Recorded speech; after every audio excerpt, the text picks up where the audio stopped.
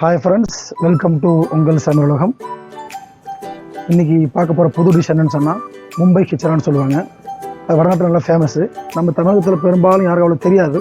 ஆனால் ரொம்ப சத்தான பொருள். 8 வகை பருப்பு கொண்டு செஞ்சது இது. அது என்னென்னு நம்ம பார்க்கலாம். இது ஃபுல்லாகவே ப்ரோட்டீன்ஸ் தான், ஃபுல்லாக கார்போஹைட்ரேட்ஸ், சத்தான பொருள் ஃபுல்லாகவே. நம்ம ஊரில் நவதானிய பொருள்னு சொல்லுவாங்க. அந்த மாதிரி ஐட்டம்ஸ் இது சின்னவங்க பெரியவங்க எல்லாமே சாப்பிட்லாம். Sugar patient, heart patient, patient, குழந்தை பெற்றவங்க, பிரசவமானவங்க, எந்த வித சைட் எஃபெக்ட் கிடையாது. ஒரு சத்தான பொருள். இந்த வீடியோ யாராவது ஃபஸ்ட் டைம் பார்க்குறீங்கன்னா இருந்தால் நீங்கள் சப்ஸ்கிரைப் பண்ணிக்கிறீங்க. அந்த கிச்சடாவுக்கு தேவையான பருப்பு என்னங்கிறத பார்ப்போம். 8 வகை பருப்பு சொல்லியிருந்தோம்ல, அந்த பருப்பு இது முழு பச்சை பயிறு ஒரு 100 கிராம் எடுத்து வச்சுருக்கோம். அடுத்து வெள்ளை காராமணி அது 100 எடுத்து வச்சுருக்கிறோம். அடுத்து கடலைப்பருப்பு அது 100 எடுத்து வச்சுருக்கிறோம். அடுத்து வெள்ளை உளுந்து அது 100 எடுத்து வச்சுருக்கிறோம். அடுத்து தோரம்பருப்பு அது ஒரு 100 எடுத்து வச்சுருக்கிறோம். அடுத்து மைசூர் பருப்பு அது ஒரு 100 எடுத்து வச்சுருக்கிறோம். அடுத்து மைசூர் இது பச்சை பயிரும்பாங்க, பாசி பயிரும்பாங்க, அது 100 எடுத்து வச்சுருக்கிறோம். இது கூட சம்பா கோதுமை, உடைச்ச கோதுமை அது வச்சுருக்கோம். இது எல்லாமே 8 மணி நேரம் ஊறி வைக்கணும். வாங்க ஃப்ரெண்ட்ஸ், இதை இதுக்கு ஆனியன் வெட்டி வச்சுருக்கோம் பாருங்கள். ரெட்டிஷ் ஆகிறதுக்கு நல்லா சிவந்து வரணும். எண்ணெய் சூடான உடனே இந்த ஒரு 1.5 கிலோ வெங்காயத்தை வச்சுருக்கோம். அதை போட்டு வேண்டியது நல்லா ரெட்டிஷ் ஆகி வர வரைக்கும். வாங்க ஃப்ரெண்ட்ஸ், இப்போ பாருங்கள் 8 மணி நேரம் நம்ம சொன்ன பருப்பெல்லாம் ஊறி வந்துருச்சு. எல்லா பருப்பும் இது என்ன 8 மணி நேரம் ஊறி இருக்குது. 8 மணி நேரத்தில் 10 ஹவர்ஸ் வரைக்கும் ஊறலாம். ஊறின பார்த்து அப்படியே வேறு பாத்திரத்தில் நம்ம ட்ரான்ஸ்ஃபர் பண்ணிக்கலாம். குக்கரில் மாற்றிக்கலாம். இது கூட சம்பா கோதுமை ரவைன்னு சொன்னோம்ல, தனியாக ஊற சொல்லியிருந்தோம். அதுவும் ஊறி வந்துருச்சு. நம்ம அதையும் இது கூட ஆட் பண்ணிக்கலாம். இங்கே பாருங்கள், அது தனியாக இருக்குது, அதையும் ஆட் பண்ணிக்கலாம். இது கூட மஞ்சத்தூளும் உப்பும் போட்டு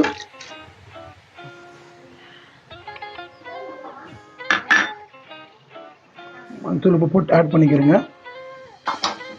1 லிட்டர் தண்ணி ஆட் பண்ணிக்கிறேங்க. இதில் ஆட் பண்ணிக்கிட்டோம். இதை மூடி வச்சுட்டு இப்போ பாயில் பண்ண விட்டுடலாம். வாங்க, 8 வகை பருப்பு நம்ம குக்கரில் போட்டாச்சு. குக்கரில் போட்டு நல்லா தண்ணி ஊற்றி மூடி வச்சிட வேண்டியது தான். இதில் மூடி வச்சுட்டு ஒரு 7 விசில் வரணும். 7 விசிலுக்கு அப்புறம் நம்ம இதை திறந்து விட்டுக்கலாம். பாருங்கள் வியூவர்ஸ், இதை நல்லா வெங்காயம் வதங்கி வந்துருச்சு. இந்த கண்டிஷனில் வரும்போது நம்ம எடுத்து ஒரு டிஷ்யூ பேப்பர் போட்டு நம்ம ஒரு தட்டில் எடுத்து வச்சுக்கலாம். இது மேலே தூக்கி சாப்பிட்றதுக்கோசம் இந்த கலர் வந்தோடனே எடுத்துட வேண்டியது தான். வாங்க ஃப்ரெண்ட்ஸ், இப்போ நான்வெஜ் தாளிக்க போகிறோம். எண்ணெய்ங்கிறது இப்போ பார்த்துக்கலாம். குக்கர் காஞ்சி சூடான உடனே அதாவது 4 ஸ்பூன் எண்ணெயை ஊற்றிக்கலாம். ஒரு ஏலக்காய், ஒரு 2 கிராம்பு, ஒரு ஏலக்காய் 2 கிராம்பு, அந்த பட்டை அதையும் போட்டுடலாம். போட்ட உடனே கொஞ்சம் சூடான உடனே வெங்காயம் வதக்கி வச்சுருக்கேன். ஒரு அரை கிலோ கிட்ட இருக்கும், 300 கிராம் இருக்கும் வெங்காயம். அதையும் போட்டுக்கலாம்.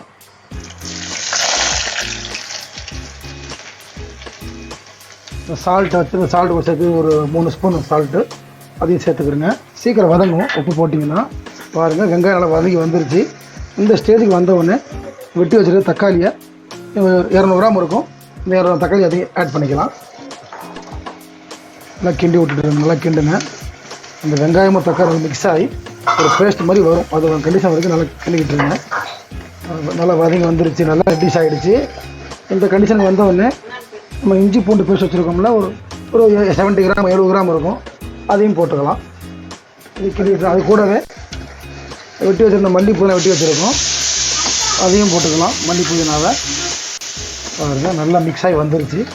இந்த கண்டிஷனுக்கு வரும்போது நம்ம எடுத்து வச்சுருக்கிறது மஞ்சத்தூள், 2 ஸ்பூன் மஞ்சத்தூள் வச்சுருக்கோம், அதை ஆட் பண்ணிக்கலாம். அதுக்கப்புறம் இந்த கரம் மசாலா தூள் வச்சுருக்கோம், அது 2 ஸ்பூன் தான், அதுவும் ஆட் பண்ணிக்கலாம். அதுக்கப்புறம் அந்த சில்லி பவுடர், மிளகாத்தூள், அது ஒரு 3 ஸ்பூன் போட்டுருவோம். காரத்துக்கு காரத்தை நீங்கள் குறைச்சிக்கலாம், கூட்டிக்கலாம், காரத்துக்கு ஏற்ற மாதிரி அதையும் சேர்த்துக்கலாம். எல்லாம் கிண்டிக்கிறங்க. கிண்டிக்கிட்டு ஒரு 100 ml தண்ணி சேர்த்துக்கிறேங்க, மசாலா பிடிக்கிறதுக்கு அப்புறம். வேறு ஃப்ரெண்ட்ஸ், நல்லா இந்த பாத்துக்கு வந்துருச்சு. நல்லா பேஸ்ட் மாதிரி வந்தவுடனே ஆரம்பத்தில் எடுத்து வச்சுருக்கேன் மட்டனை, அந்த மட்டனுக்கு கூட ஆட் பண்ணுற வேண்டியது தான். பாருங்கள், ஒரு 300 கிராம் மட்டன் வச்சுருக்கேன், அதை ஆட் பண்ணிக்கலாம்.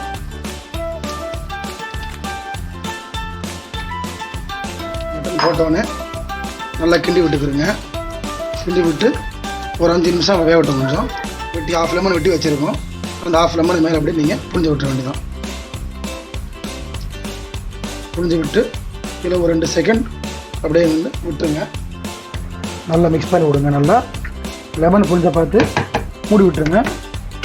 மூடி ஒரு 2 to 3 விசில் 3 விசில் வந்தோடனே நம்ம திறந்துக்கலாம். வாங்க ஃப்ரெண்ட்ஸ், நான்வெஜ் முடிஞ்சு அது வெஜ்ஜு எப்படி செய்யணும்னு பார்த்துக்குறோம். சட்டி வச்சு எண்ணெய் சூடான எண்ணெய் சட்டி சூடான உடனே 50 ml எண்ணெய் ஊற்றிக்கிறேங்க. 50 ml ஊற்றினோடனே எடுத்து வச்சுருக்கிற இந்த லவங்கு, இந்த ஏலக்காய், இந்த பட்டை அதையும் போட்டுருங்க. கொஞ்சம் சூடான உடனே வெட்டி வச்சுருக்கிற இந்த ஆனியன் இருக்குது, ஒரு 150 கிராம் 200 கிராம் இருக்கும். தேவைக்கேற்ற அளவு நம்ம 200 ஆனியன் போட்டு வெங்காயத்தை போட்டுருவோம். நல்லா வதங்கி வரட்டும். அது கொஞ்சம் ரெட்டிஷ் ஆகுது, வதங்கி வரட்டும். வெங்காயம் வதக்கி வர நேரத்தில் இந்த உப்பு வச்சுருக்கோம் ஒரு 2 ஸ்பூன், அதையும் போட்டுக்கிறேங்க. ஏன்னா சீக்கிரம் வதங்கும். வெங்காயம் போட்டோன்னா உப்பு போட்டிங்கன்னா சீக்கிரம் வதங்கும். நல்லா வதங்கி வந்த உடனே கட் பண்ண தக்காளி இருக்கும், ஒரு 100 கிராம் 150 கிராம் தக்காளி அளவு, அதையும் போட்டுக்கிறேங்க. கட் பண்ணதை ரெண்டு மிக்ஸ் ஆகி நல்ல ஒரு பேஸ்ட் மாதிரி வந்த வரைக்கும் வர கிளி விட்டுட்டுருங்க. இஞ்சி பூண்டை போட்டுடலாம். எடுத்து வச்சுருக்க 2 ஸ்பூன் இஞ்சி பூண்டு அதை போட்டுக்கலாம். போட்டு கொஞ்சம் கிண்டி விடுங்க. கிண்டி விட்டுட்டு அது கூட கொஞ்சம் மல்லிப்பூ வெட்டி வச்சுருக்கோம்ல, அந்த மல்லிப்பூ தான் ஆட் பண்ணிக்கலாம். எடுத்து வச்சது ஆட் பண்ணிக்கலாம். இப்போ நல்லா கிண்டி விடுங்க. பாருங்கள் ஃப்ரெண்ட்ஸ், இந்த பக்கம் வந்தவொடனே நம்ம இந்த மசாலா வச்சுருக்கோம், மசாலா ஆட் பண்ணிக்கலாம். இந்த 2 டீஸ்பூன் மஞ்சள்தூள் அதை ஆட் பண்ணிக்கிறேங்க. அப்புறம் கரம் மசாலா 1 டீஸ்பூன் அதை ஆட் பண்ணிக்கிறேங்க. அப்புறம் மிளகுத்தூள் ரெட் சில்லி பவுட்ரு 2 டீஸ்பூன், அது காரம் அதிகம் வந்து இன்னும் நீங்கள் சேர்த்துக்கலாம், அதையும் சேர்த்துக்கிறேங்க. நல்லா கிண்டி கிளறி விட்டுக்கிறேங்க. நல்லா மசாலா பேஸ்ட்டில் வரும். அது நல்லா அந்த பக்கத்தை வந்துருச்சு. மசாலா ஃபுல்லாக அது மிக்ஸ் ஆகிடுச்சு. இந்த வெங்காயம் தக்காளி மசாலா எல்லாம் இந்த பக்கம் வந்தவொடனே ஒரு காளான் இன்னைக்கு ஒரு 300 கிராம் வாங்கியிருக்கேன், ஒரு 1/4 கிலோ இருக்கும், அதையும் நம்ம இதில் சேர்த்துக்கலாம். காளான் சேர்த்து கொஞ்சம் மிக்ஸ் பண்ண உடனே கொஞ்சம் ஹார்டாக இருக்கும். அந்த ஹார்டாக இருக்கிறதுக்கோசம் கொஞ்சம் நீங்கள் என்ன பண்ணுங்க, ஒரு 200 ml தண்ணி சேர்த்துக்கிறேங்க. வச்சுருக்கேன் தண்ணி, நான் 200 ml தண்ணி சேர்த்துக்கிறேங்க. பாருங்கள் நல்லா கொதி வந்துருச்சு. இந்த பக்கம் வந்த உடனே ஒரு 1/2 லெமன் வச்சுருக்கேன், அந்த 1/2 லெமன் எடுத்து புரிஞ்சு விட்டுருக்குறேங்க. அவ்வளோதான் ஃப்ரெண்ட்ஸ். இப்போ ஒரு 2 செகண்ட் கழித்து நம்ம பருப்பு வச்சுருக்கோம், அந்த பருப்பை ஆட் பண்ணலாம். பருப்பு நல்லா நம்ம கடைஞ்சி எடுக்கிறோம். இப்போ நல்லா கொதிச்சு வந்துருச்சு. நல்லா இந்த மாதிரி லெவலில் வரணும். ரொம்ப தண்ணியாக இருக்கக்கூடாது, ரொம்ப ஹார்டாகவும் இருக்கக்கூடாது, ஒரு மீடியம் சைஸில் இருக்கணும். இப்போ பாருங்கள் நல்லா கடைஞ்சி வந்துருச்சு. நம்ம இப்போ அந்த வெஜ் கிச்சனில் சேர்க்க போகிறோம். பாருங்கள் ஃப்ரெண்ட்ஸ், இந்த ஸ்டேஜ் வந்த உடனே நான் ஒரு பவுலில் பருப்பு எடுத்து வச்சுருக்கேன், அதை ஆட் பண்ணிக்கலாம். பாருங்கள்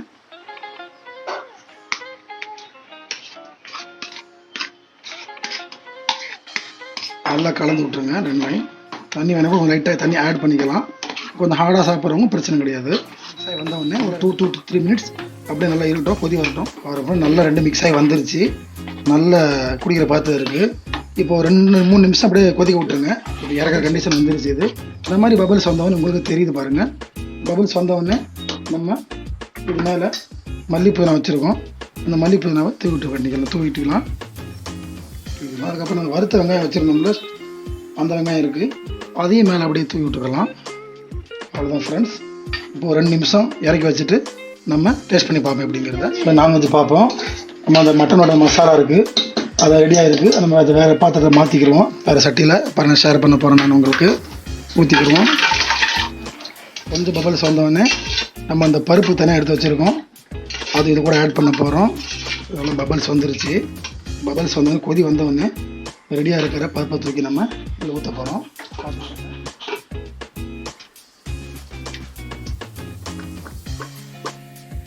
பாருங்கள் நல்லா பபல்ஸ் வந்துருச்சு.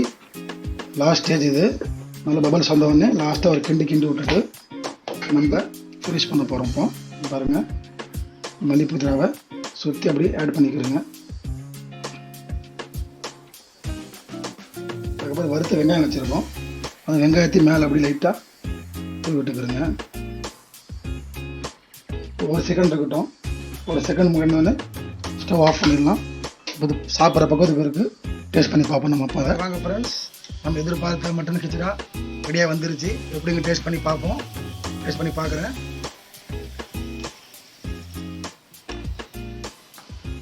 நல்லா அருமையாக இருக்குது, நல்லா டேஸ்ட் சூப்பராக இருக்குது. நீங்களும் வீட்டை ட்ரை பண்ணி பாருங்கள். மேலும் இந்த மாதிரி இன்ட்ரெஸ்டான வீடியோ நீங்கள் பார்க்குறதுக்கு நம்ம சேனலை சப்ஸ்கிரைப் பண்ணுங்கள், கூட பெல் ஐக்கான் கிளிக் பண்ணுங்கள். எப்படிங்கிறது கமெண்ட்ஸ்னு சொல்லுங்கள் எங்களுக்கு. ஓகே ஃப்ரெண்ட்ஸ், நெக்ஸ்ட் வீடியோவில் நம்ம இன்னும் இன்ட்ரெஸ்டிங் டிஷ்ஷை சந்திப்போம். தேங்க்ஸ், பாய்.